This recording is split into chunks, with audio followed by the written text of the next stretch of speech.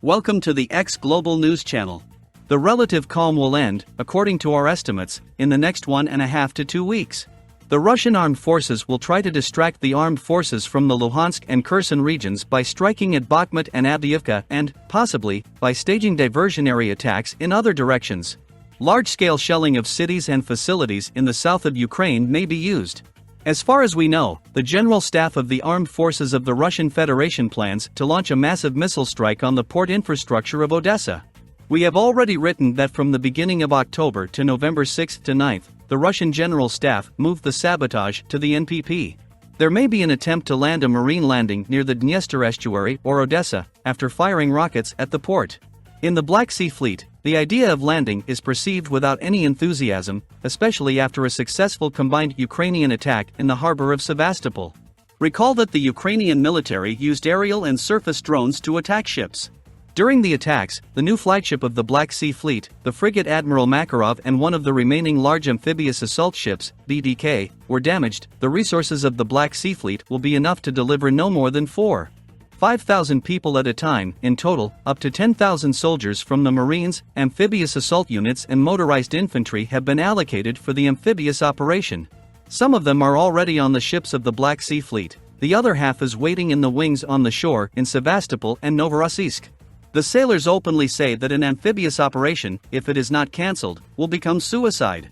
Everyone who gets to the shore will die or be captured, and the fleet risks losing up to half of the vessels participating in the operation.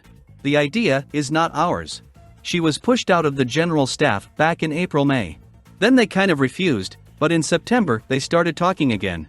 In mid-September, units began to be hastily assembled for an amphibious operation.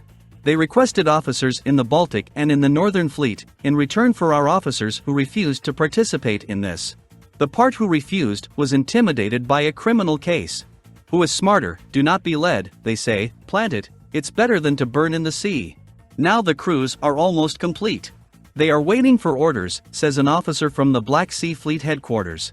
The amphibious operation is not the main effort of the Russian troops, but only a distracting blow to gain time and form an acceptable defense in the Zaporizhzhia region and in the north of the Luhansk region. We assumed that neither the landing, if they do decide on it, nor a massive offensive on Bakhmut and Avdiivka will yield results, since the Russian army does not have a sufficient number of well-coordinated, trained and combat-ready units. To solve such tasks, up to 35 to 50,000 skilled soldiers will be required. Currently, 8 to 9,000 people scattered from Stakhanov to the Kherson region fall under the criteria of combat capability, availability of all necessary weapons, combat equipment and communications, coherence and ability to interact with neighboring units for the entire grouping in Ukraine. An offensive by poorly trained troops will only lead to heavy losses, although, of course, it can for several days or even a couple of weeks constrain the actions of those parts of the armed forces of Ukraine that are on the contact line and in the nearest reserve. The problem of the Russian military is that the AFU has trained and secured reserves and is far from the front line, and for the transportation of units, the Ukrainian army uses not only and not so much the railway network as highways, which are almost impossible to destroy or block traffic on them. Therefore, reserves can be provided where they are needed, when they are needed. Based on the information received from both sides, we assumed that while maintaining the current situation in the north of the Luhansk region, if the AFU can find reserves for conducting offensive operations and manages to break through the undeveloped defense of the armed forces of the Russian Federation in some area from Kremenaya to Nizhnaya Divanka, then the entire defense there will collapse in 2 or 3 days. According to a source in the General Staff, the hasty departure on leave of General Lapin, who commanded troops in this direction, is connected, among other things, with the desire of the Chief of the General Staff Valery Gerasimov to withdraw Lapin from under attack and criticism after a very likely collapse of the front. By the collapse of the front, we mean that the armed forces of the Russian Federation in the east of Ukraine will leave Kremenaya, Lysychansk, Severodonetsk, Spatovo, and after a while Starobilsk. In the event of such a scenario, as we wrote back in September, the Russian army will withdraw to the Donetsk-Gorlovka-Alchevsk-Lugansk defensive line, possibly trying to retain Stakhanov, Popasnaya, and a number of settlements around them. Fortifications are currently being built in these areas. The Russian General Staff needs from 2 to 4 weeks to fill the defense with mobilized and fresh units.